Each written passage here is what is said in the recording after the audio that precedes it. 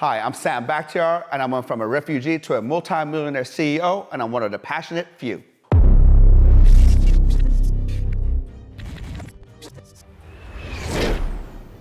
Well, I think that what Omar does, he's one of the best in the industry. I mean, the questions he asks are right on. He knows you, he studies your business. He just doesn't come as random questions.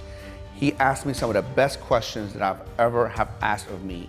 And I thought the interview was amazing. And what I want is just to inspire people. If I can help change one person's life from this interview, that makes me happy. I've done my job. Welcome to this episode of The Passionate Few. I'm your host, Omar, and today we get to interview Sam Bakhtiar. He's a serial entrepreneur and the CEO of the Camp franchise with over 100 locations. And he's the CEO and founder of 1% Nutrition, a supplement company, and he's made his life's work helping people get in the best shape of their lives. So in this interview, we get into the whole story about not only how he became a multi-millionaire doing this, but how Sam actually grew up from very humble beginnings, came to this country, didn't speak English, was a scrawny kid, but then found weightlifting and developed a passion for fitness that would end up changing his life. So I want to encourage you guys to sit back, relax, and enjoy this powerful interview about mindset, surrounding yourself with the right people, and how to go from rags to riches, just like Sam did with none other than Dr. Sam Bakhtiar himself, Mr. 1%. Enjoy. Thanks for being on the show today, Sam. Oh man, it's my pleasure, man. Thank you so much for having me. It's a great honor. My man, we're honored to be here in this beautiful garage of yours, and thank you for letting us into your home. Of course. So let's get right into it. A lot of people have seen the incredible results that you've created for your clients in the transformation industry, getting in the best shape of their life.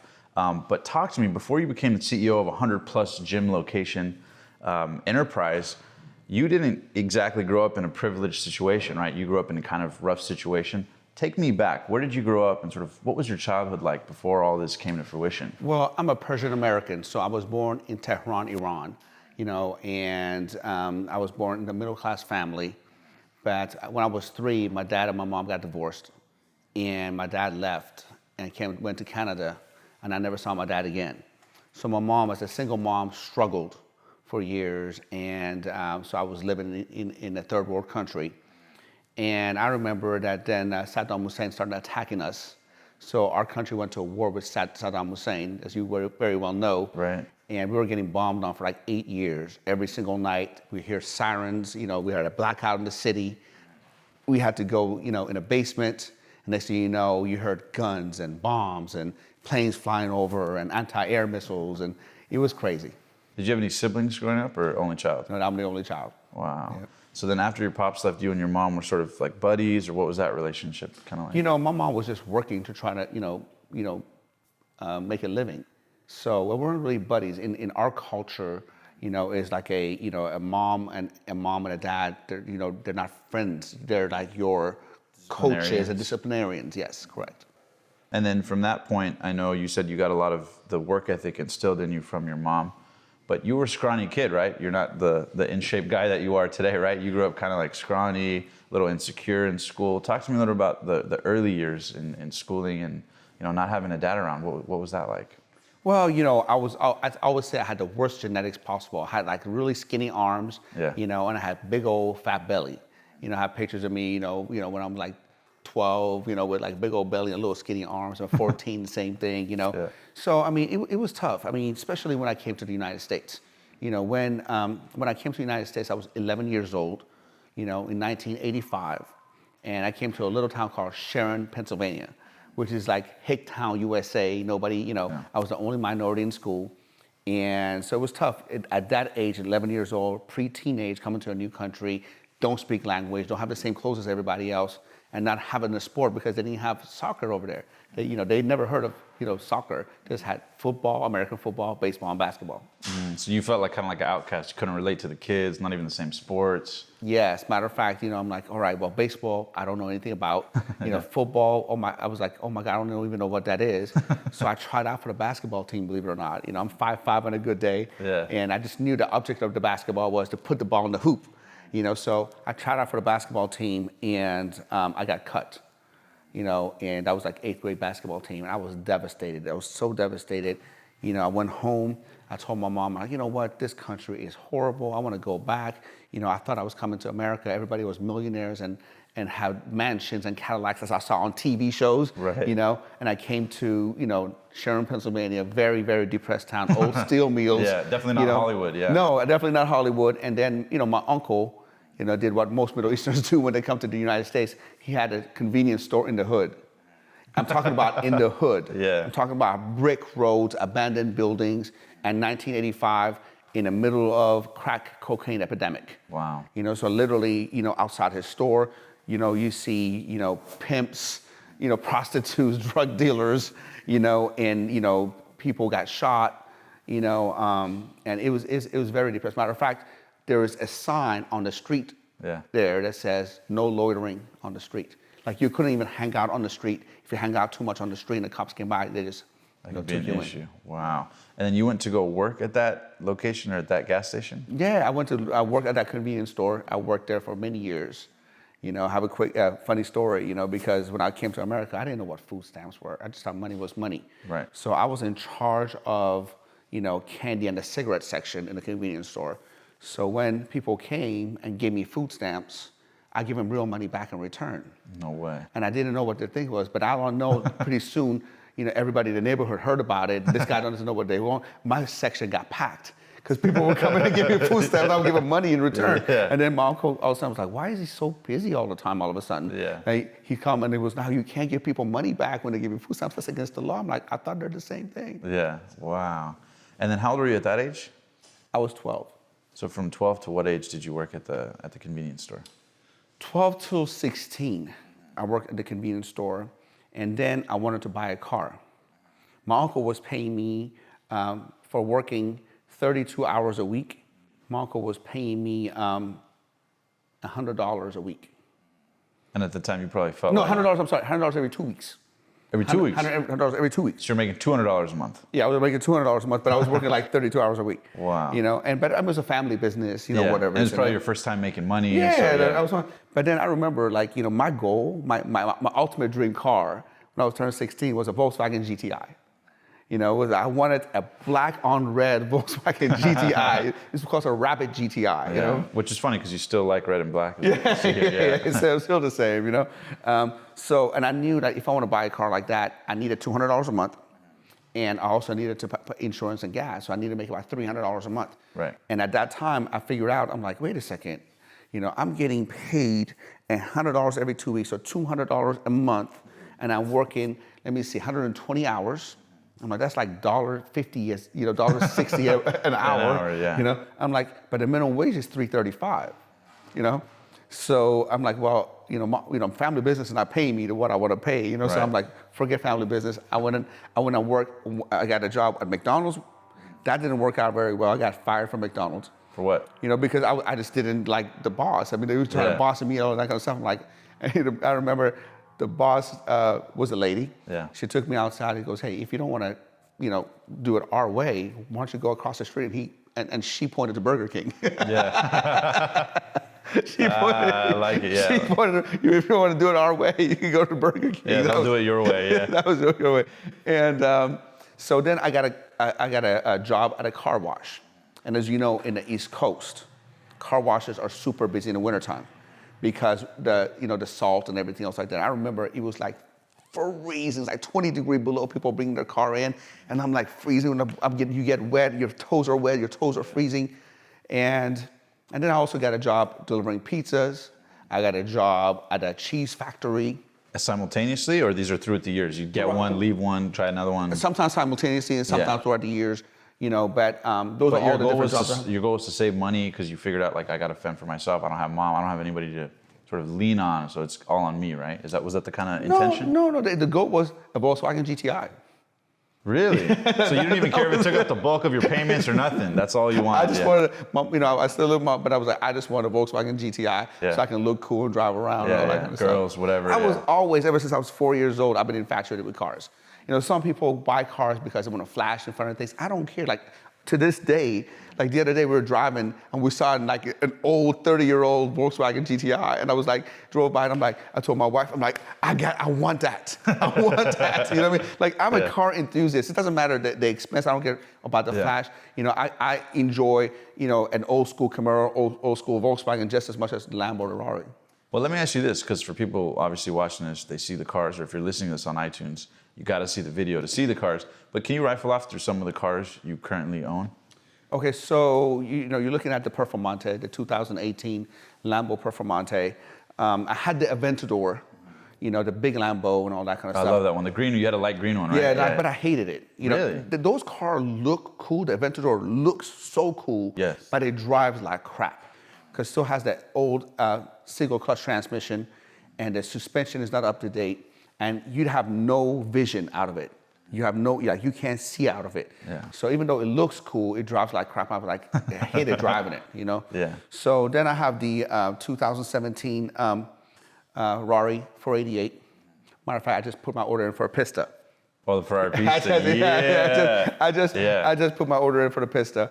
So they say it's kind of hard to get. Right, you know, absolutely, yeah. I didn't know they were that big of a deal. Oh, they're a big deal, yeah, the 2019 Pistas. Yeah, it's the update to the 488. Yeah. So, yeah, I saw a little video and I'm like, that looks super aggressive, you know what I mean? So I'm debating, should I still keep it red, or maybe I should change it up, get a white one with a red interior? I don't know, we have to have a different discussion on that. Yeah, absolutely. Then I have a 911 GT3 RS 2016.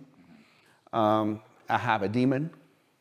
Yeah, I seen that, the SUV, right? No, the Demon, the Dodge Demon. Oh, yeah. The one that is the fastest quarter-mile car in the world. Is it kind of like a Viper? No, it's a Challenger with an 840 horsepower, all dragged out car. It's all blacked out. Yeah, shit. And I have the Charger Hellcat with a Hennessy package. I think you've seen that one before. Yes, I've seen that one. It has like 1,100 horsepower. Wifey drives a Range Rover. I have a Brabus G63. And I have, what else do I have? There was a recent purchase, I believe. Oh, the Bugatti? Yeah. Yeah, the Bugatti, yeah. I forgot about that one. Yeah, well, that's a car that I bought to play around with it, but mostly to flip it after after 6 or 7 months and make a little bit of money. It's amazing. Now, looking back, I want to ask you, does the young Sam ever trip out on what's happening now? Like, oh man, you just wanted a GTI, and to think now that you've created a business where you're ethically helping people and also, winning yourself. It's like win. What does that feel like? Bro, I still can't believe it. You know, I'm gonna share something with you. It's kind of funny, I remember, where like I could never even imagine. When I'm from Sharon, Pennsylvania, and for people who are from Sharon, Pennsylvania, or listen to this, they know that back in the day, if you drove anything better than a Honda Accord, you were either a doctor, lawyer, or a drug dealer. If you were, driving a Honda Accord, you were a young guy, you got pulled over and you got searched. No, yeah. I mean, you're up to no good. You're up to no good. There's no way you drive anything better than a Honda Accord, to do that. So I was brought up with that mentality. I'm like, oh my God, those are impossible. So when I first came to California, and I saw, especially Southern California, I saw, oh my God, there's Mercedes and BMWs and Ferraris and Lambos and Rolls and all that kind of stuff. I was like, oh my God. I remember first time I went to South Coast Plaza, I didn't even go inside. I was outside in the parking lot like a freak, like a weirdo, looking inside of these cars and just drooling. Which is a luxury shopping mall here in Orange County, Southern California. Yeah, I was like looking, I'm like, what the hell? I went inside of this mall and I saw like t-shirts for like $50, $60 and I couldn't fathom. Like, who buys a $50 t-shirt? And it's weird now when I see myself now pull up there with a Rolls Royce and then go out with a bunch of gifts and, I'm shopping there. I'm like, oh my God, I used to be like, how these people do it? And now I'm one of them. It's so surreal. I mean, if you'd have told me, years ago, this is going to be my life, I would have never thought. Dude, that's powerful. Now let's get into the story of how it happened. So you're in high school, right? You go to high school. I know you mentioned that you were sort of like picked on, scrawny kid, didn't get along, different customs, didn't speak the language too well. Talk to me about what high school was like and how you sort of found your passion for fitness through that rough period. So imagine this. Sharon, Pennsylvania, nobody in this room here has heard about it. Right. Only a few people know where Sharon, Pennsylvania is. And in 1985, I'm sure there's probably like a couple of Hispanics and maybe a couple of Asians there now, but in 1985, when I went to school in Sharon, Pennsylvania high school, I walked in, there was black people, there was white people, and it was Sam. When I walked in, it was like in Michael Jackson's Beat It video, right? Yeah. There was black people, there's white people, and they were looking at me each one. I'm like, what are you? You either listen to Kool Moe Dee and LL Cool J, or you listen to Metallica. Right. What I mean? There's no in between. Yeah, like they're looking at us like, what are you? Rock, rap. What I mean? They couldn't categorize you. Yeah. So when I walked in, it was tough. Remember, I walked in, with a unibrow. I had this is true story, man. I had like shoes and clothes nobody has ever seen before. Haircut, not like everybody else. I looked down and they were looking. I mean, I looked like I was in total alien. And so it was tough, especially like I said, kid at that age can be so rude, right? Of course, and insensitive. I got picked on, or I think the word was capped on, not bad, it's bagged now, it was capped on back then.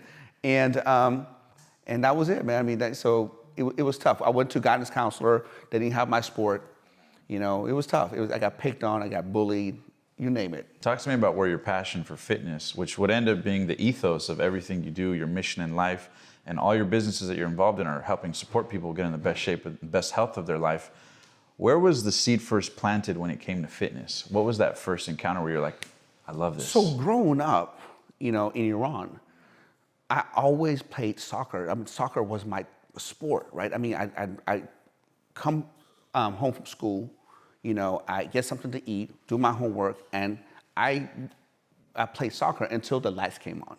Right? My mom was like, okay, come back, take a shower, get back to school. Go to bed, go get ready for school. But, so I always had a passion for sport. I always had a passion for cars. I had like little cars I played with and all that kind of stuff. And so when I came to America, I lost that passion because there was nothing else around. When I got cut from the basketball team, which was the most devastating blow at the time for me. Because now, like I said, I don't have friends, I don't belong, I don't speak the language, and now I don't have a sport. Right. So the game plan was to go to the boys club, practice basketball, get better, and try out next year. That was the game plan. So as I went to this boys club, I started, playing basketball every day and all that kind of stuff. But I noticed there were these guys going upstairs in this little room. These guys would walk around with, with the lats out, And at that time, I was watching a couple of like Sylvester Stallone movies, a couple of Arnold movies, and I'm like, always admired their body, and I see these guys are looking like them. Yeah, strong. I'm like, I wonder what's up there. And I walked to this, room upstairs, and it was literally a room no bigger than this garage, all rusted weights, garbage that hasn't been taken out in months. People chewing tobacco, spitting tobacco, just lifting heavy weights, their own boom box, slapping each other.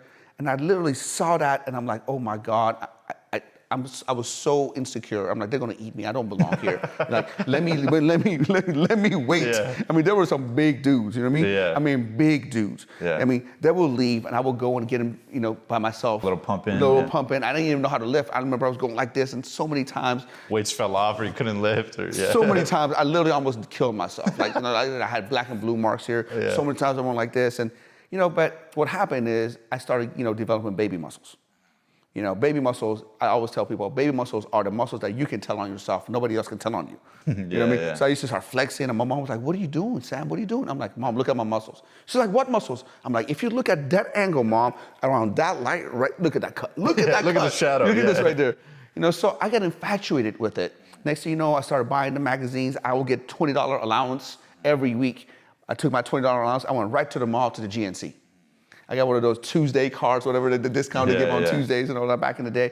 I would literally get the latest amino acid or whatever they sold, protein powder or whatever, and I would literally go in the basement, work out, do a set, pop a pill, and flex. Yeah. Like, what happened now? What happened now? Did my muscle get bigger? You know what I mean? So that's where I fell in love with transformation. That's really interesting. I want to ask you, because it seems like there's a reoccurring theme in your life of like going all in. Like when you love something, you go deep. And a lot of people, might have hobbies or interests, but for you, it seems like an obsession, a passion, a deep-rooted thing.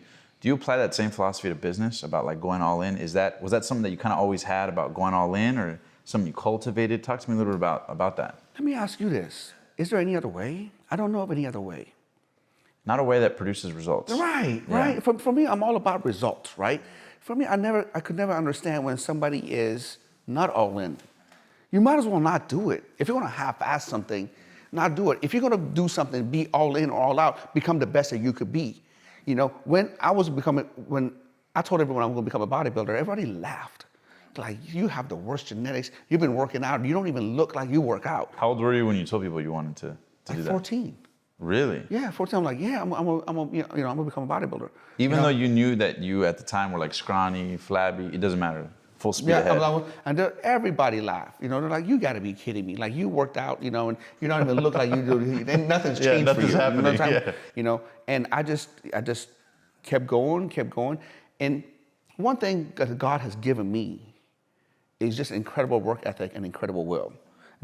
I can tell you, I'm blessed with that. I'm not blessed with anything more than that, you know, but if I want something, I just go after it, and you have to. And if you want something bad enough, just get obsessed and go after it. Mm. Okay, so then you start working out, and you're working out 5-6 days a week, or how often are you working out? Just as much as you can in school? Yeah, I worked out 5 days a week.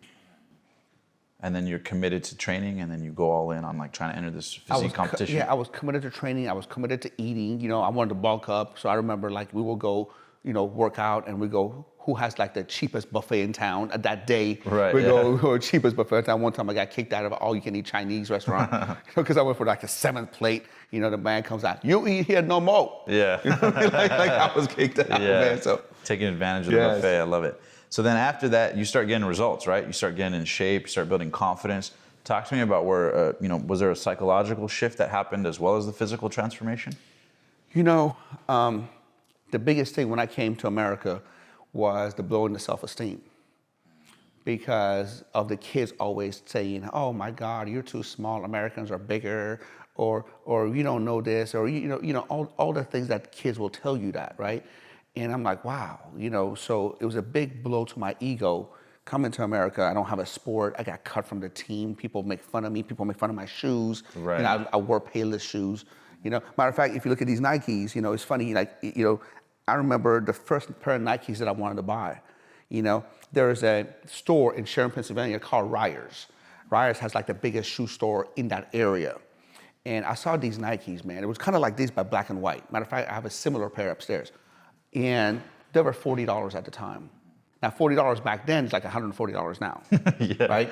And I wanted those so bad. I literally begged my mom for months, because I was so tired of being bagged on about my Payless shoes. Right. You know what I mean? And so my mom one time like went and just bought them for me. My first pair of Nikes, I'll never forget. Wow. Like, you couldn't tell me nothing. Like, I thought I was the man. I stepped into school like, what? Talk to me. You know what I mean? And it's just so weird how everything evolves, man. I mean, like, I swear to God, like, I was the man. I walked into school like, boom. Now you got muscles, Nikes, everything. You're a different person. All right. Now I want to ask, for people listening, how important has fitness been? Because obviously since then you've never left it, right? It's been a lifelong passion, and you're helping others with that. Talk to me about what fitness teaches you about life. What's the metaphor there for people who maybe are watching this and maybe are starting to get in shape, or thinking about it, or considering it, or maybe falling off the discipline and trying to get back on? What have you noticed are some of the most important benefits that working out has created for you as it relates to life and business? Well, consistency. I mean, I think the problem with most people in life when they're trying to reach a goal is consistency. Look, I know for me to get to a goal in fitness, all I have to do is show up, work out, and I know what I need to do. I put a plan together. Here's what I'm going to do on Mondays, Tuesdays, Wednesdays, Thursdays, Fridays, Saturdays, Sunday, whatever it is, whether there's a rest day, but once I put a plan together, you got to stick to the plan. Here's what I'm going to eat. Once I put a plan together, I stick to the plan. Most people don't have a problem. They put the plan together, but then they wear off from it. They go based on how they feel. They go, oh my God, like, oh my God, I don't feel 100% today, so I'm just going to skip the gym today. I'm not 100% there. And if you go by how you feel, you never get anywhere. You just have to go by what you said you're going to do and the commitment that you made to yourself. The worst person that you can let down in the world is yourself, because every time you let yourself down, you basically telling yourself you're a loser, and that's a big blow to your self-esteem. So I learned very early in my stage to never let myself down and always follow through what I said I was going to do. So if you're consistent in fitness, fitness told me to be consistent in work. How many times people don't feel like working, or I don't feel like doing this, I don't feel like doing. You can't base your life based on feeling. You have to base your life based on your plan, the ultimate goal that you put together. Look, the new year is coming up on us. We all said, okay, we have these goals, we have these goals, we have these goals, we have these goals, right? And then you break it down to, okay, if I want to achieve this in 2019, what do I need to do every quarter? So you reverse engineer it. Reverse engineer it. And a lot of people, when they do that, they can't do the consistent things. I love Darren Hardy's book, The Compound Effect. Yes. You know, can you explain that for the audience? Yeah, the compound effect basically said little things done correctly over time produce big results. And the same token, little things done incorrectly over time, leads to disaster. Makes sense. So then talk to me, going back to high school, and I love the point you just said. Talk to me a little bit about after high school, you sort of graduate, and then you came to the decision of, we've got to go to college, pick a career. And I know you had a little bit of conflict with your mom about what she wanted you to do, right? Culturally, you should do this, be a doctor, a lawyer, engineer.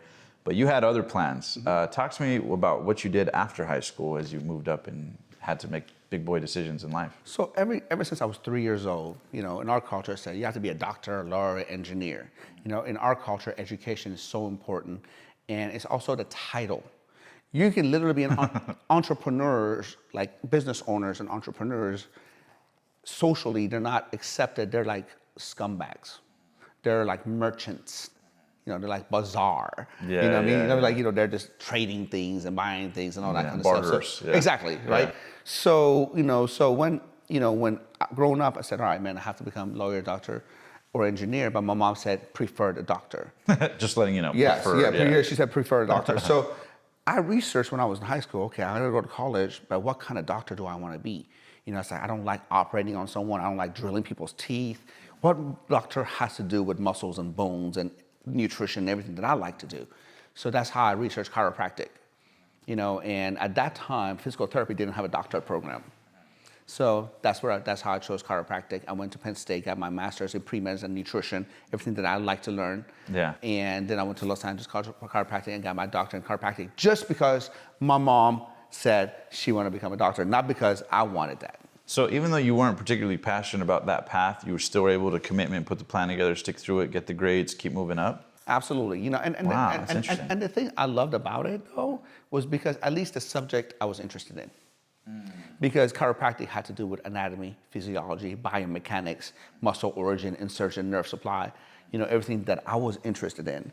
So it wasn't like, accounting, or it wasn't like statistics.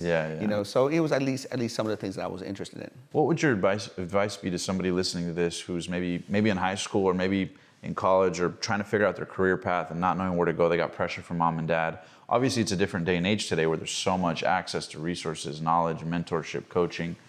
But what would your best advice be looking at the landscape of 2018, 2019, 2020 on people trying to figure out their path? What would your best advice be to somebody who's stuck and trying to figure out what to do? Well, first of all, you have to figure out a career that you can endure. Not a career that just pays you now and you can't sustain it because you hate it. Most people have careers that they don't like, but that's what pays the bills, and have hobbies that they love, but that doesn't pay the bills. Right.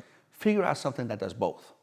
Now, I get this asked a lot, and some people say, hey, what do you think about college?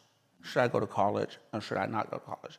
Is college necessary for success? And we already know the answer to that. Right. College is not necessary for success, but college does teach you some intangibles that is very hard for you to have if you don't go to college, like working under pressure, being on time on projects, working well with others, and just some basic knowledge and basic discipline, that can help you. Now, do you absolutely need that? No, but it will help absolutely. Mm-hmm.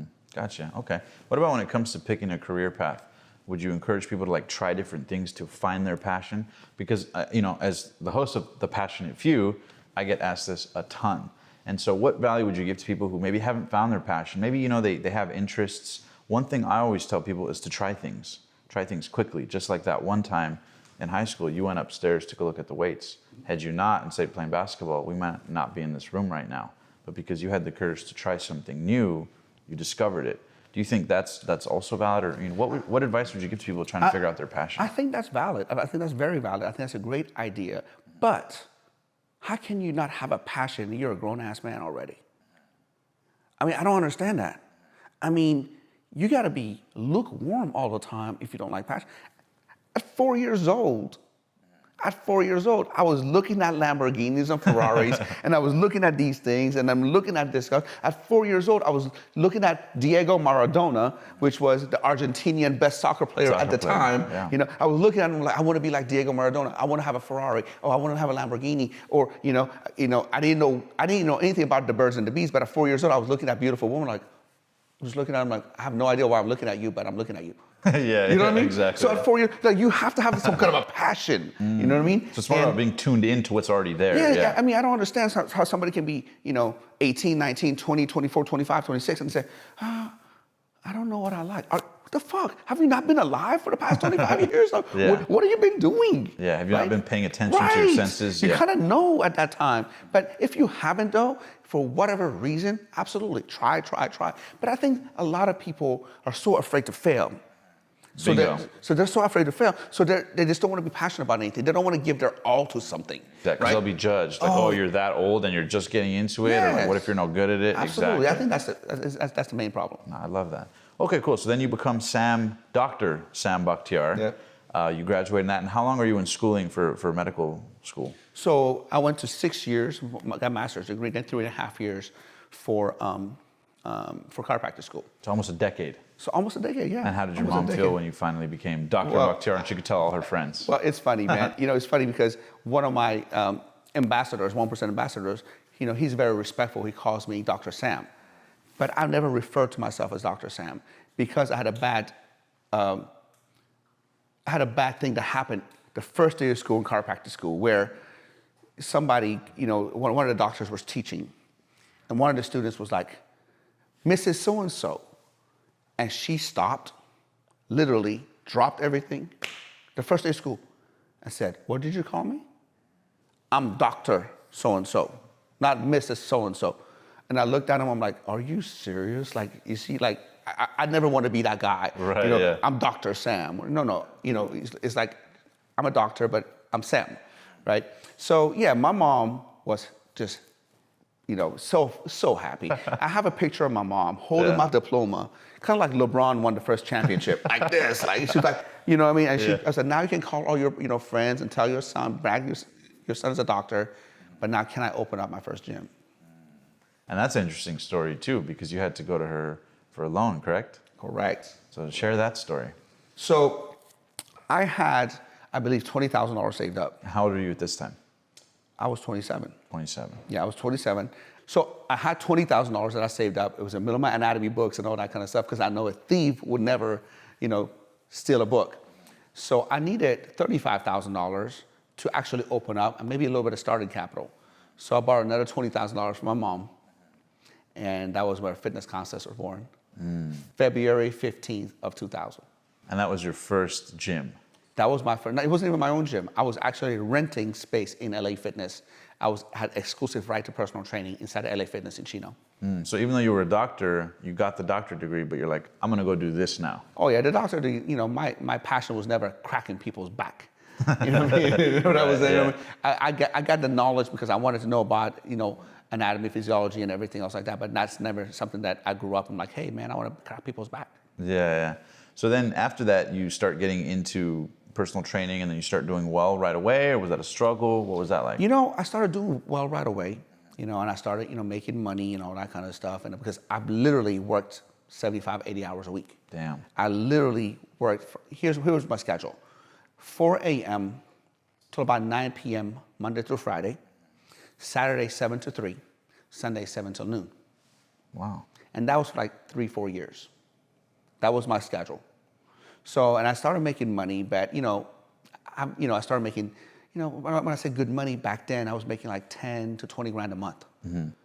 And nobody in my family has ever made anything close to that. Right. Come on, I'm from Sharon. The average household income in Sharon is $35,000. Right. So I'm making 10 to 20 grand a month. Now imagine how I'm acting. Right. You know, I A mean, millionaire, yeah. I was Puff Daddy, P Diddy, whatever he calls himself right now. Yeah. You know, I was just, you couldn't tell me anything. Yeah. So, you know, I was, you know, making money. I was going out to the clubs. I was getting bottle service. Yeah. It was stupid. You know, nobody told me that, you know, economy has ups and downs, business has ups and downs. I just thought it just goes and go up from here, until all of a sudden 2008 recession hit. And I went from doing $2.4 million in my studio in 2007. In 2009, I was down to 400,000. So I literally lost $2 million in revenue. You were doing $2 million as personal trainer? 2.4 As a personal trainer? as a personal trainer. But did you have trainers under you? Yes, correct. Okay. Yeah, So about you 12 scaled up. Correct, Gotcha. I scaled up. Gotcha. But then literally to $400,000 in 2009, where I was like, oh my God. Yeah. What the hell happened? It didn't even slow down. It's like somebody put that emergency brake on it. It was done.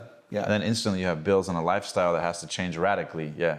I mean, literally bills and lifestyle. I sold, a couple of my cars. I scaled down, and it's so funny, man. I think everybody should do that. I started looking at my credit card bill. I'm like, oh my God, I'm getting charged a bunch of stuff that I've never even used. I didn't even know I was getting charged for this. Yeah. So I started scaling that down. And I remember, the house that I bought, at $840,000. All of a sudden now their neighboring house, exactly the same, is going for $400,000. Man. Literally, like, I lost $400,000 in equity, like overnight. And I remember, trying to get a loan modified. Nobody would modify the loan until I'm late on my payment. And so long story short, I couldn't pay the payment anymore, and started missing the payment. House went on foreclosure, and I was able to save it. I was literally like 18 months late on the payment. 18 months? 18 months. Wow. So it was a tough time. The worst thing about that, Omar, was that, gosh, man, I wanted to wait to be financially secure to have a kid. And I thought I was financially secure, so I got, when I was in 2007, I got married. And You got married in 2007? 2007. The year before the recession, Yes. 2008. Oh man, talk about timing. Right, Yeah. 2007 I got married. Wow. And my wife got pregnant, my ex-wife got pregnant in 2008. And in 2009, my daughter was born. And I remember having a conversation with my ex-wife where her belly is this big in a restaurant in Chino, and my account is overdrawn. And I'm about to have a kid in this world. And I was looking at her and I said, I don't know what to do. I don't know what to do. And all that hard work, everything that I put on, all the 4 a.m. till 10 p.m., all that 75, 80 hours a week, all of a sudden didn't mean anything. I felt like I lost everything. All those hours that I worked didn't mean anything. And it was flashbacks of, oh my God, Sam, you're gonna be just like your dad. He didn't even provide for you. He left you, and you're not gonna do the same thing for your daughter. You're not gonna be able to provide for them. What a loser you are. All these negative thoughts that were going through my head. And it was like the worst. I mean, I was literally like, did whatever I could to be able to make ends meet. Wow. Because I know you tell me that your daughters are the core of your motivation. They're my everything. Can you talk to me about how important that is as a driving force to build what you've built? Because I know you've shared that with me tremendously, that's your why. If it doesn't make you money, secure your time or their future, or align with your business, then it's not on your schedule, right? Yeah, I mean, look, I sat down with myself and had a candid conversation with myself. I don't know if you ever done that with yourself. I just sit down in a quiet place and just say, you know what? Come on, man, let's talk. And I said, what are your top priorities in life? This happened right after I got separated with my ex-wife. And I said, I sat down in a hotel room in Chino. And was, if you don't mind me asking, was part of why you got separated because the tension of the finances and stuff like that? No, absolutely. That was a huge part of it. Tension on the finances, and we kind of grew apart. Some of the things that I was doing was irritating her. Some of the things that she was doing was irritating me. And after a while, nobody's fault. It's just Right. We're just different people. But I sat down in a hotel in Chino Hills, and said, hey, okay, you're 40 years old. Now you're going through a divorce. You don't have any money. What are you going to do? And so I said, all right, well, what am I all about? what am I all about? I said, well, I know the number one thing in my life is my children. And I want to make sure, that they have the best of life. And once I leave this earth, they have good memories of their dad. That's my number one why. And so since I can't see my children because now I'm going through divorce, because I get them on Wednesdays and on the weekends. So what are you going to do when you don't see your children? What are you going to do? Because before, I would just come home. I was happy. I was with the children. They were climbing all over me, and that was taken away. So no matter what, like if I didn't have money, that was my, that's what I was fine because I was with my children. That was your escape, yeah. But now I'm like, okay, now that those days are taken away, what am I going to do? Am I going to go to the clubs, drink, get drunk? And some of my friends have done that in the past and got DUIs and nothing got better. Right. Or should I just work and make money? So that's where I came, my core values. Top priority, spend time with my children. Second priority is to provide for my children. So if it's not giving me more time with my children, if it's not providing for my children, the answer is no. So that's when I started 10Xing, 100Xing the camp. Yeah. That's when we started blowing it up. And which was your guys' first mega success with your partners, which is a transformation center. Yes. And can you explain a little bit about the business model and why it ended up being so successful so rapidly? Because I see the camp everywhere in SoCal. Absolutely. It's a really interesting business model too, yeah. Well, you sit down, you have to literally sit down and differentiate yourself from the pack. Right. And I know in any business, you have to stand out and just do things differently. As you know, it's called USP, unique selling proposition. What makes your business different? Nobody wants another Me Too business. Right. They want something different. They want to know the why. And I was always infatuated with body transformations because I transformed my own body. I was growing up, I was reading magazines by Bill Phillips, the founder of EAS and Body for Life, and he's actually a good mentor of mine. So I'm like, okay, when I'm looking at all the gyms, it's okay, fitness or boot camp or yoga, they have something associated with their name. You know what I mean? Yeah. So, so this boot camp, this yoga, this personal training. And if methodology of exercise comes and goes. It's a fad, right? CrossFit was hot, the CrossFit was down. The yoga was hot, yoga was down. Pilates is hot, yoga is down. Right. Spinning is hot, spinning is down, right? Zumba, all of that's going to go. Boot camp was hot, boot camp was down. All of that stuff is going to come and go. I remember when they talked to the CEO of BMW one time, they said, "Are you in car business?" They said, "No, we're not in car business. We're in transportation business, whatever that might be." So tomorrow my transportation might be different.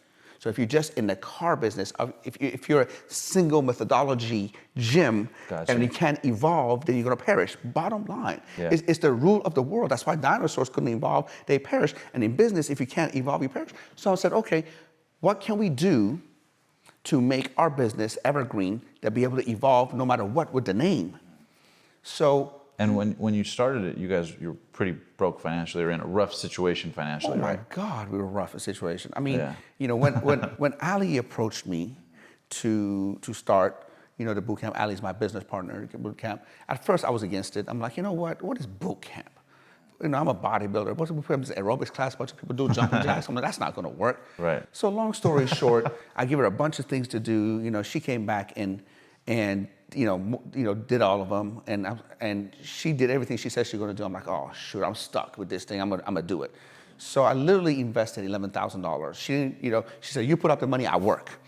I said, all right, $11,000 all I had, literally all I had. Really? So you went all in on it? I'm like, let's make it work, right? I said, okay, I'm going to put $11,000, but you have to teach all the classes because I'm not jumping around.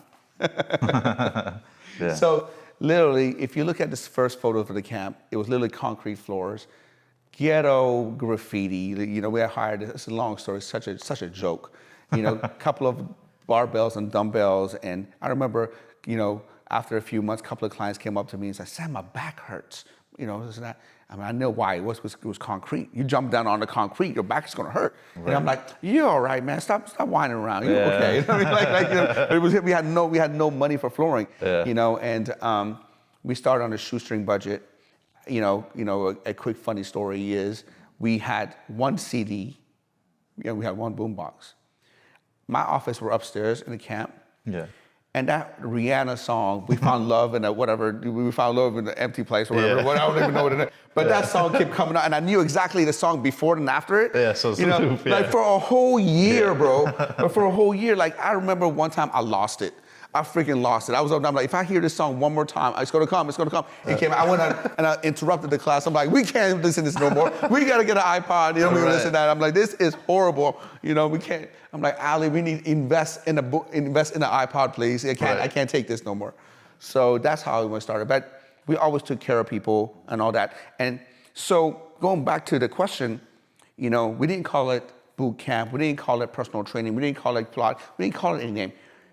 At the end of the day, people go and they want to transform. They want to go. You don't go to the gym to stay the same. You go to the gym to transform. You want to make a change. Right. And if you look at the history of things, why humans are on top of the food chain, it's not because we're stronger. It's not because we're faster or have sharper teeth. You know, it's because of the fact that we get up every day and we want to become a better version of ourselves. We want to transform. So that's what we call the Camp Transformation Center. So I remember when I was actually in the field starting out, you know, I got a call. A person calls and goes, Sam, I'm gonna lose 40 pounds. I said, all right, you know, it's gonna cost you $497. We're gonna give you put you on a 12-week program. And they're like, okay, so what is it? Is it personal training? Is it boot camp? Is it group training? What am I getting? I said, you're getting to lose 40 pounds. That's what you want, right? Right. I said, the method doesn't really matter. I said, it could be personal training. It could be boot camp. We do whatever it takes for you to lose 40 pounds. Now, when you do that, you don't give somebody an apple-to-apple comparison. Because if you give somebody an apple-to-apple comparison, then you become a commodity. Then it's a price on war. Yeah. A war on price, I'm sorry. Yeah. You know what I mean? And then after that, so, hey, personal training? Okay, personal training. Okay. They're going to call around and figure out how they can beat your price. But if you sell them on the end result, now you're you're a category of one. Right, yeah, they have nothing to compare it to. Nothing to compare it to. It's just a matter of, is the price worth the outcome? Yes, and correct. of course with that, it is. Yes. And then you guys also came up with a unique marketing tactic, which actually ended up being phenomenal for your guys' business, of they get there's a challenge, and if they win the challenge, then they get their money back, and people actually didn't even want their money back. Yeah. So can you talk a little bit about Absolutely. that? So that's fascinating as a business model. So the first time I did a challenge like this I've done so many variations of the challenge to try to figure out how to motivate people, how to get people to motivate them. And I've done so many of them, and I failed on so many of them. And some of them were a little bit successful, but this wasn't worth the headache, right? So we were revamping the website, and I said, you know what? I want to get some killer before and after pictures. So I put it out there. I'm going to train 20 people for free, but they got to lose 20 pounds. And that's it. You got to come in and do 20 pounds, and you got to give me your before and after picture for my website. So 20 people came in, and I signed them up for free. I didn't get any money from them. And next thing you know, I'm spend time with them, you know, give them a meal plan, measure them, take their body fat. You know, they're all excited.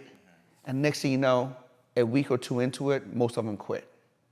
That's what most people do. Right? And I was so devastated because some of the people that were my friends, I can't even they won't even return my text or call because they were embarrassed. Right, yeah, right? yeah. So I went and I visited Bill Phillips in Golden, Colorado. I went to Bill, I said, Bill, what is going on? You know, I got 20 people to train for free, none of them finished. I'm like, what can I do? He goes, Sam, people are motivated by a prize. He goes, I have multimillionaires that come in here, doctors know that they need to lose weight, they have diabetes, high blood pressure, they don't do it. But if I tell them, hey, I give you this unique t-shirt, they're all about it. They're multimillionaires, they don't need a t-shirt, they can buy the t-shirt. They need incentive, yeah. So that's when I was like, you know what, why don't I give them an incentive where, you know, they actually pay for it, but I give them their money back. So I came up with the idea, hey, you put a deposit down for the game, for the program, but when you go through and follow through and lose the weight and do everything you said you're gonna do, I'm gonna give you your money back. And so I signed up another 20 people, and out of the 20 people, 18 finished. 2 people dropped off. And out of the 18 people that came in, the night before, I had all their checks written, their names, and had an envelope, because I was working. I'm like, okay, you know, here's your after picture, here's your money, thank you so much, and all that kind of stuff. Out of 18 people, 17 of them said, well, I want to stay, I want to keep going. I like the new me. Why are you kicking me out of the gym? I'm like, no, we agreed that you give me your before and after picture, and this is your money. no, I want to, I want to apply towards a membership. I want to stay do another challenge. I'm like, well, that's a hoax. This can't be it, right? Right. So then I did another one, same result. Another one, same result. I'm like, wait a second. I think what is happening is that one, most of these people wanted to lose this 20 pounds before, and they didn't have a challenge. And they usually would have quit 2-3 weeks into it because they saw food and all that kind of stuff. And now they're like, well, I don't want that guy Sam to keep my money, so I'm not going to eat that. So I'm going to push through because I don't want him to keep my money. So that was their why that was fighting the temptations or whatever. That's keeping them hot. Correct. Yeah. And next, once they push past where they normally would have quit, they enter the place that they'd never been before. And they're like, wow, you know what? I want to keep going. I'm going to keep going. I don't want to die. Now the money's irrelevant after they push through and they were nowhere else before. So. And then you started getting more and more people and then adopting this to every single location, correct? Absolutely. And you guys are at over 100 locations now? Yeah, we have 107, 8 right now, and then we're going to be, in a few weeks, we'll be at 112. Wow. Let me ask you this. When it comes to scaling, what are some of the biggest challenges or some of the biggest lessons you've learned from challenges when it comes to scaling, putting people in place? Because it's one thing to grow a business, it's an entire another thing to scale it and have moving people and a franchise. What are some lessons you've learned that you can share with entrepreneurs watching this when it comes to scaling? Well, first and foremost, you have to have a very diligent hiring process. They say hire slow, fire fast, right? And most importantly, you have to make sure they understand what your vision is, what your culture is, what you're trying to achieve, and they're in. You want to make sure they're 100% in, And obviously, another thing is to have standard operating procedures and protocols. Everything has to be written down, followed correctly. But if you share their vision with them and create a great culture, all that will fall in place. So it's all about putting systems in place. Absolutely. And then how important has coaching been? Because I'm sure you've had business coaches, fitness coaches along the way. Absolutely. And you've coached people. Can you talk to me about how important coaching has been in your own life, in your business? Coaching is just essential. Think about it. Why reinvent the wheel? If you want to go and do something, find out who's already done it and ask them how they done it so that you don't have to make the same mistakes that they have done. It's just very, I don't understand why there's an issue with people wanting to spend money on coaching or anything like that, especially if they already know, hey, don't spend money on coach that hasn't done anything before or you don't want to be like. Right. If somebody's already where you want to be, befriend them, pay them, do whatever, just get around them. Right, yeah, proximity is power. Yes, absolutely.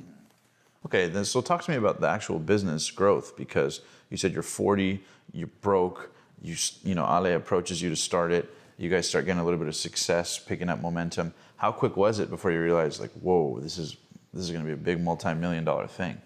How long did it take to get to that first $1 million in revenue and beyond that? Like, what was the growth like initially? Well, I remember, we started in, 2010, I believe, right? Oh, less than a decade ago. Yeah, it's Wow. 2010, we started, and we struggled the first 4 or 5 years. Really? Yeah, we struggled. Wow. I think, if I'm not mistaken, the biggest paycheck I got from a camp up until 2014, was like $5,000 a month. Wow. You know what I mean? And back then, me and Ali was celebrating. Oh my God! Like, we're profitable. Yeah. We're doing it. Yeah. And it's just no joke. You know what I mean? And when we started, scaling the business and licensing and franchising, and people love what we do. That's when we started the massive growth. Now, do you find that a lot, because there's a lot of competitors in this space? Mm-hmm. What do you find that people who are having success in the fitness space are doing versus people who are not having success? What are some of the pitfalls that you're finding, not just in fitness, but just in general? What do you notice about businesses that ended up doing well versus ones that don't, even if the idea initially is good? Well, people in this day and age, the only competitive advantage you have is taking care of people. Look, everybody can market like you. Everybody can put up a website. Anybody can post on an Instagram page. At the end of the day, what it really comes down is, are you getting people results, and are you taking care of them? You know what I mean? And if you are able to do that consistently, then this is the competitive edge. It's not Facebook, it's not Instagram, at the end of the day, results and relationships is all it's all about. And that's powerful. Now, what about when it comes to like you looking now at, everything you've built? What are some of the things that you would have done differently, or maybe some challenges along the way that, really like you would have sort of played differently? I guess my question would be like, what are some regrets you have along the way, or maybe tough times that you learned from? Like, what are some things that if you could redo it all over, you would have done differently? Well, honestly, I don't believe in regrets in life. I believe that everything that happened to you at that time that might have been unpleasant happened for a reason. There's a learning lesson in there. So as long as you learn from it, there shouldn't be any regrets and, and all that kind of stuff, which, you just Right. point out what you learn from it. Growing up, I was always the one, I guess because I didn't have siblings, I always wanted to create something with others. I think it was really cool to like get a bunch of people. We all work on different projects. And, Team player, and team player, and get stuff done because I guess I never had siblings. I was always did things on my own. And looking back right now, sometimes that wasn't reciprocated. Does that make sense? Sometimes it wasn't reciprocated. Looking back right now, I give opportunities to so many people, and like I said, I don't regret it. But looking back, maybe I should have looked up. I should been more diligent. You know what I mean? Yeah, been more careful about. Yeah, absolutely. For me, it's not about the opportunity or anything they did. For me, all I want is someone to be grateful. And when you have opportunities and people feel entitled and they're not grateful, they're like, why didn't even bother? Does that make sense? Yeah. No, I get it. Now, I want to ask you this too, and maybe this is a little personal, but Yeah. I got to ask, when your ex-wife sees you now, Yeah.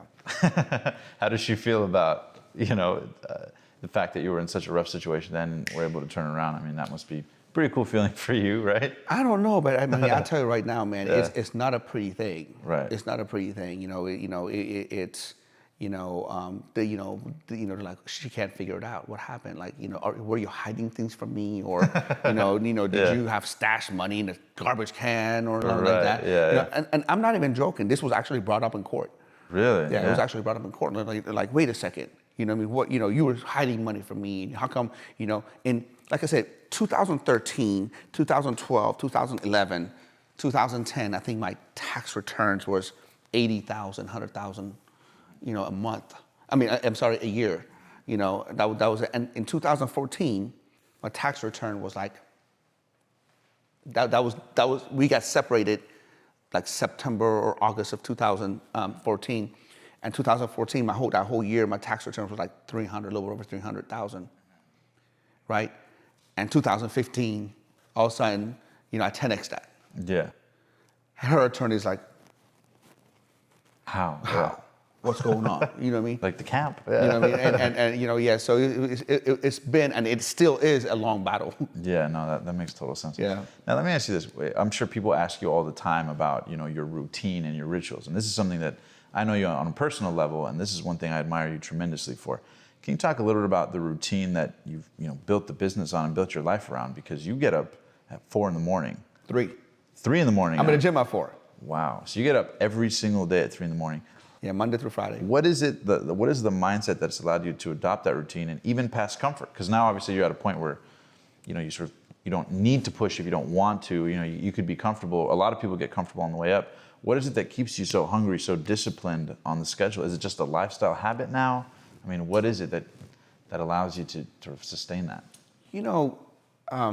That's a great question. That's such a great question. I ask myself that, and the only thing that I can come up with right now, I know why I did it initially. I know I did. I'm hungry. I want to achieve things. I want to get things done. I want to move things forward. How old were you when you started doing that? Gosh, man, I started doing that, I would say, at 25, 26. So since then, you've been dominantly waking up at this time? Oh yeah. I mean, look, when I went to chiropractic school, when I graduated and I went to chiropractic school, I lived in Irvine. Chiropractic school was in Whittier. And I was bodybuilding.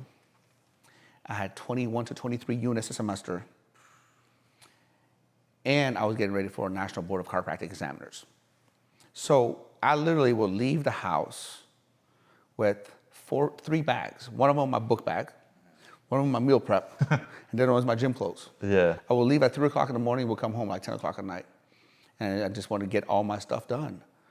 So ever since then, and ever since my business, I had to get up, in the morning, train clients and get things done and make calls and prospects and all that kind of stuff. And now it's to the point that I've done it so much that I'm comfortable when I'm uncomfortable. Does that make sense? Yeah, you're used to being uncomfortable, so it's like a habit, yeah. And another thing I can share with you, and I drive my wife crazy. Right. Because I can't sit still and just Netflix and chill. Right. Like it's just like that. She looks at me like, "Can you just relax?" Or like turn off. Yeah, I'm looking at it. I'm like, okay, I'm looking at this thing. And I'm like, oh my God, man! Like I need to read a book. This is not doing anything for my life. Remember my top 2 things, right? Make money, spend time with my children, right?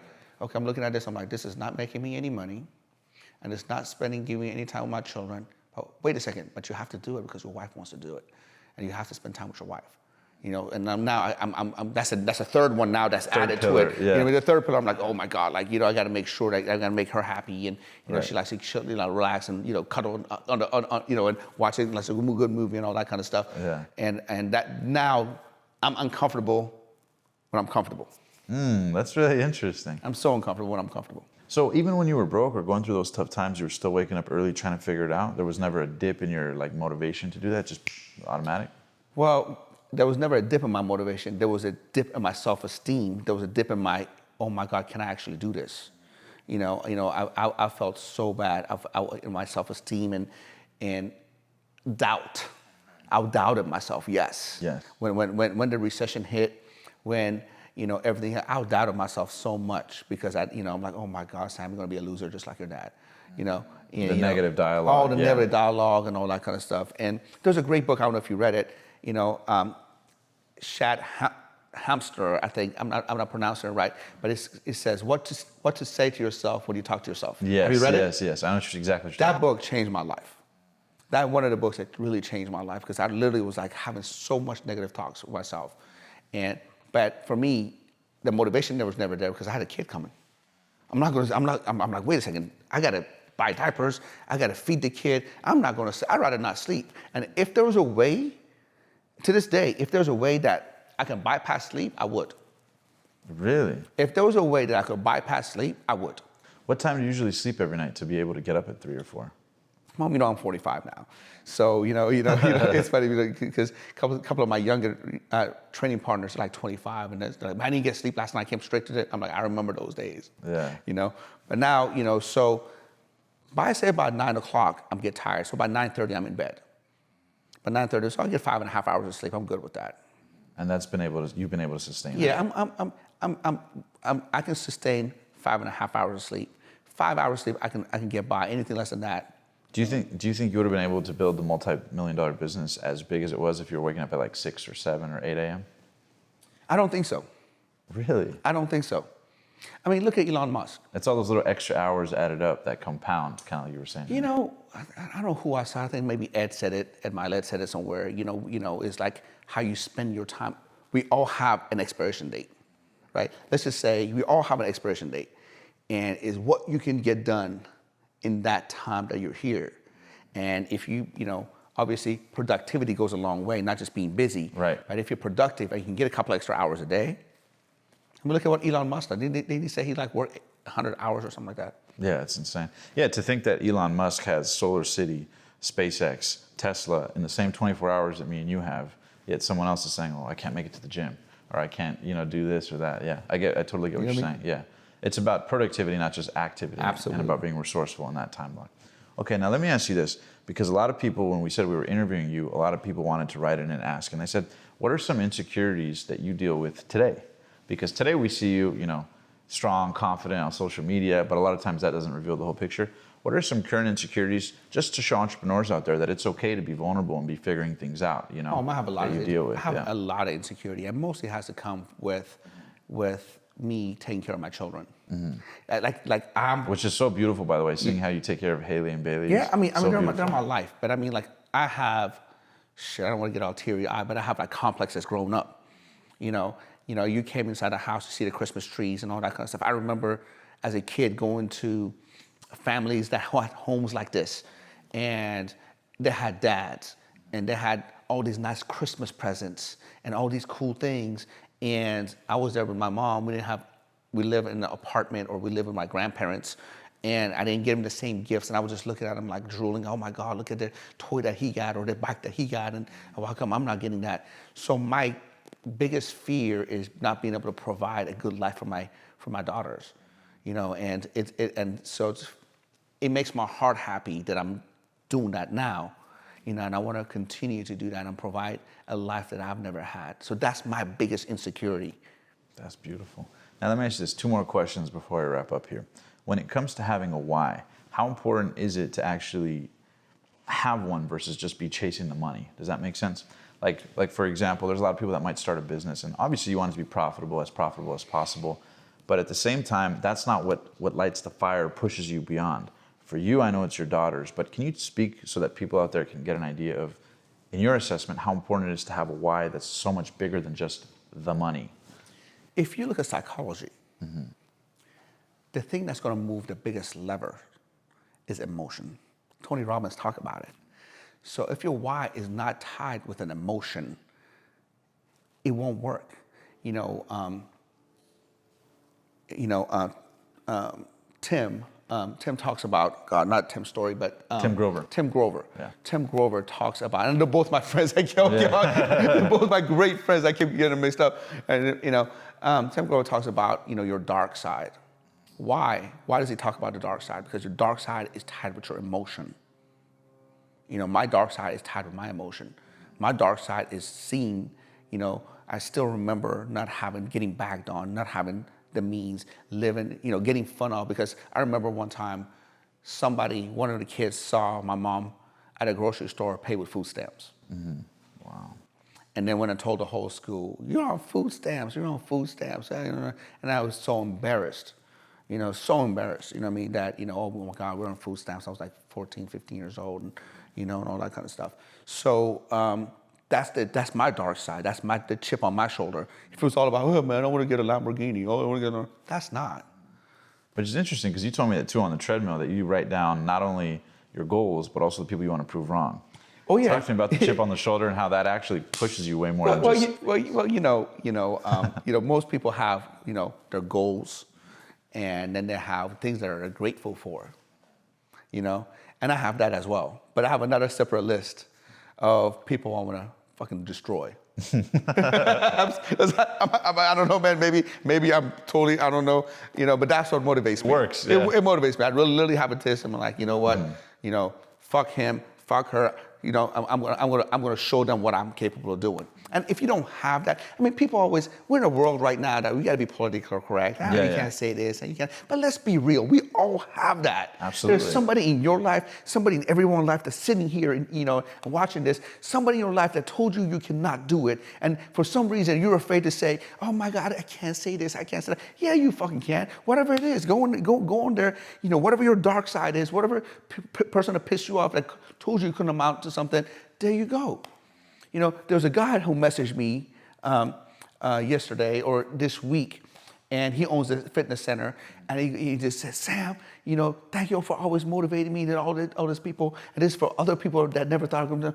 So he basically said, man, a person who told him he'll never amount to anything, and now he made it. Wow. And I told him, go, I'm so happy for you. I'm so happy for you.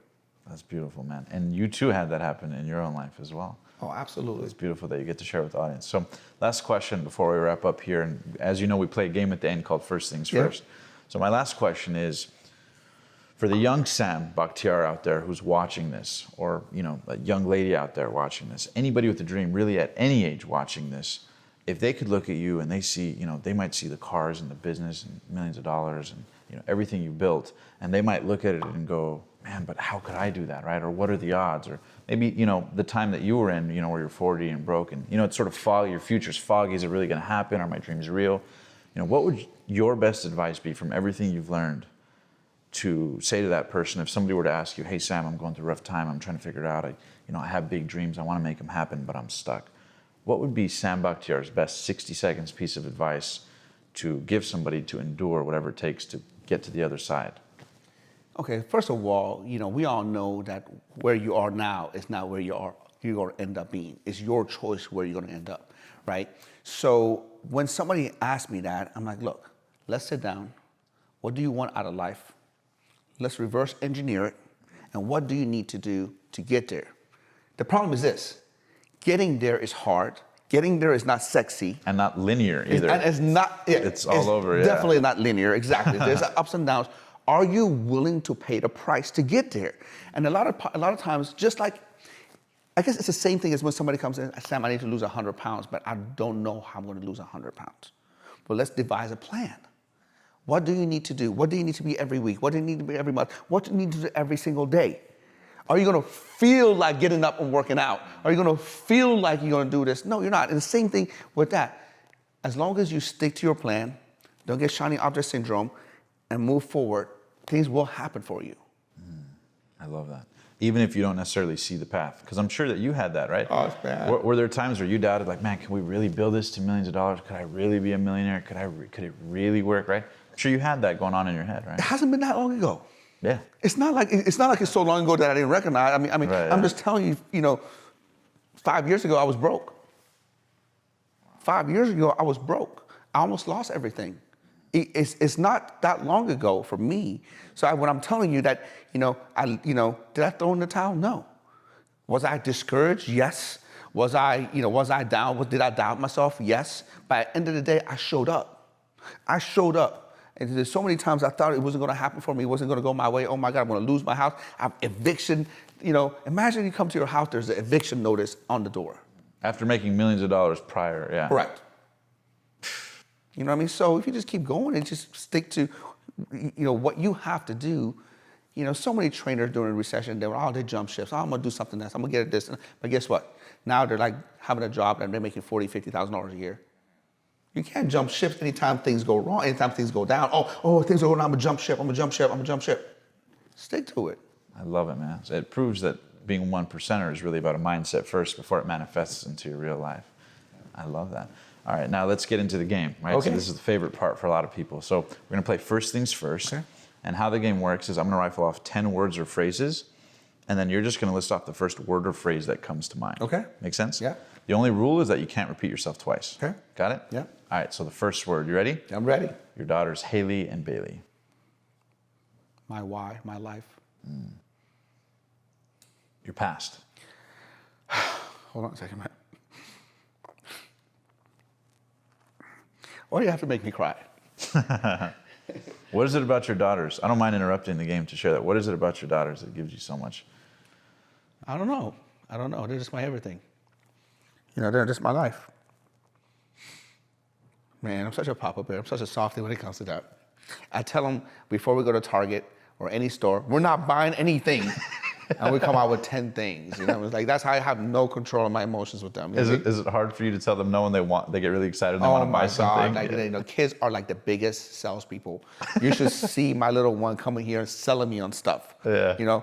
And that just tells you like, you cannot know anything about sales, but if you're enthusiastic about the sale, you can sell it. My daughter, it just comes on my face and says, Daddy, look at this. Look at what it does. Oh my God, this is what it does and this is what it does. I'm like, oh my God. I can't, after that enthusiasm, I can't just shut her down. Put it in the shopping cart, let's go. So, yeah. All right, I'm ready. Beautiful. All right, so the second word is your past. Doesn't define me. Money. Freedom. Cars. Gosh, what do I want to say with cars?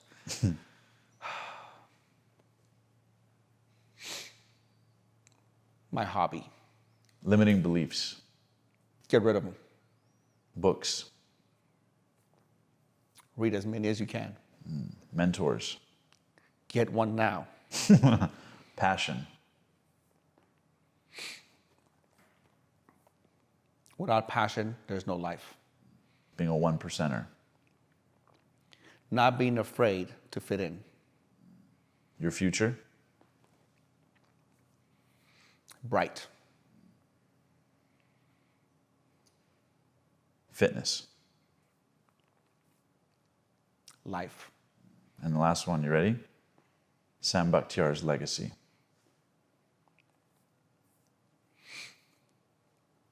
Helping 1 million people get in shape. My man, Sam, thank you so much for being on the show. It's been a privilege. Thank you guys so much for tuning in to this episode, and be sure to check out all the links and programs, as well as follow Sam to check out all the things he's up to in the description below. And until next time, thank you for being one of the passionate few. If you guys enjoyed that video, be sure to hit that subscribe button right now, because every week we bring you the very best in personal development content, interviews, and insight to help inspire you to take your life and your dreams and make them a reality.